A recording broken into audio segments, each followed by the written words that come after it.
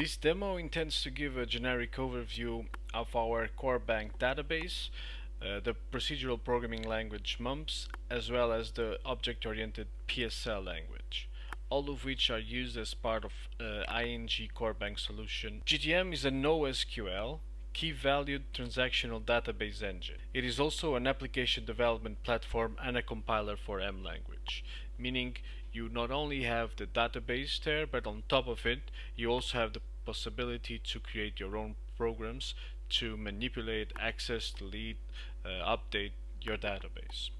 I'm going to now demonstrate how to enter a GTM database.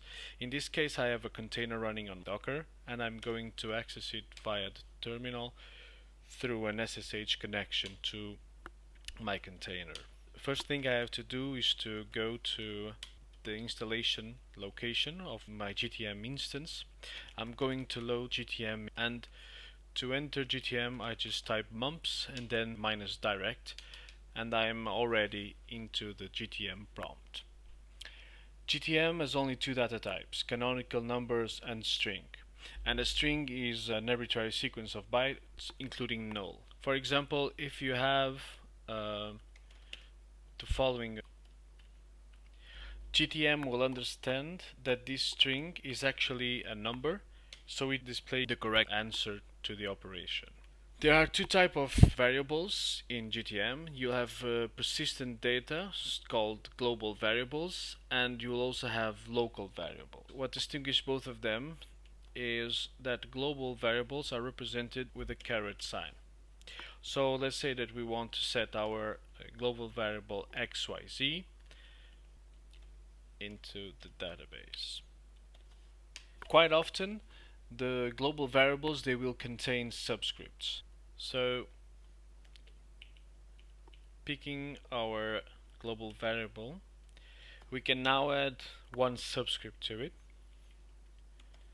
and we will store a string there. You can either use the write command to write the value of your variable, or you can execute the zwrite command, which will give you in the format of key value.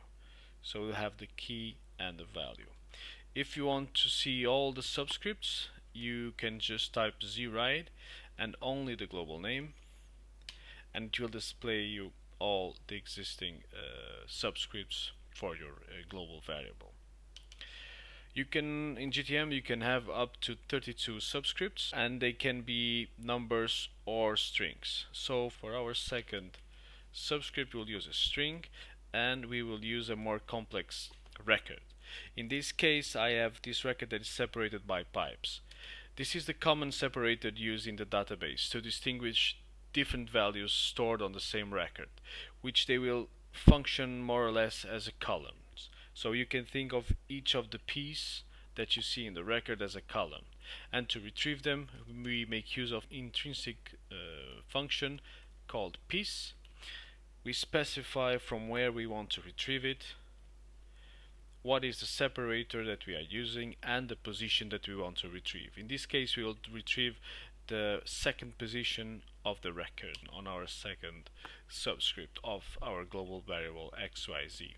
Local variables, much like global variables, they can also support subscripts. The difference is that local variables persist only in the memory of that process. As you can see, I can either opt to write the full command, or I can just write the first letter of the command. I can set my local variable using just the S word to an empty value.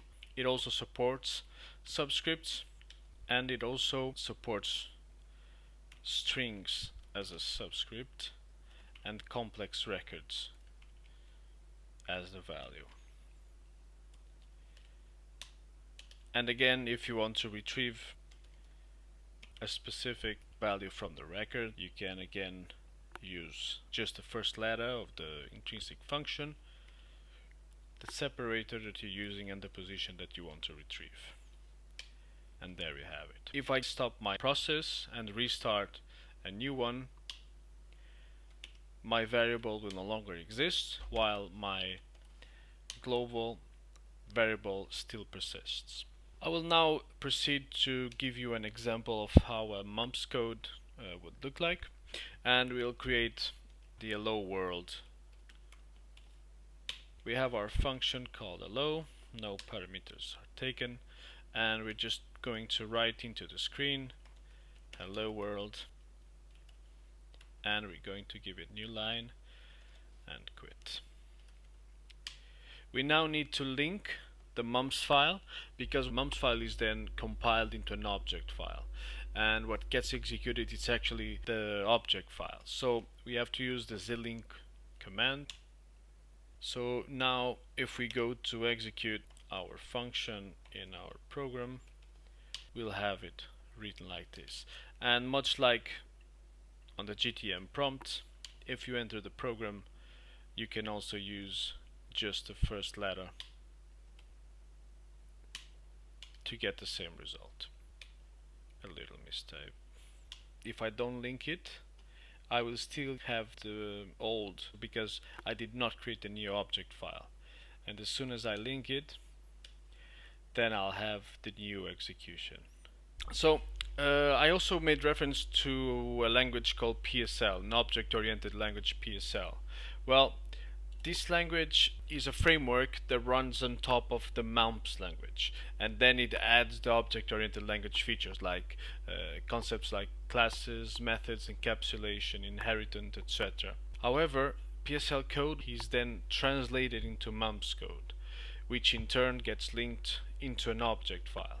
Thus, the object-oriented features exist only at compilation time. So only when we are compiling the PSL code into mumps code are the object-oriented properties being checked, and the debug has to be done at the mumps level.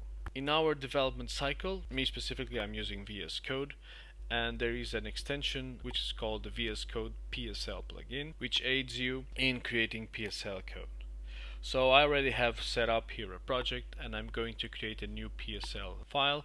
In this case, I'm going to create a new hello world program.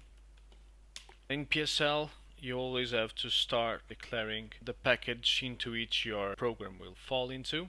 In this case, this is a custom program that I'm doing, so the compiler knows that you're writing a class and not a procedural code. We go ahead and we create our function. It's returning nothing, just displaying into the screen, no parameters, and again we'll just write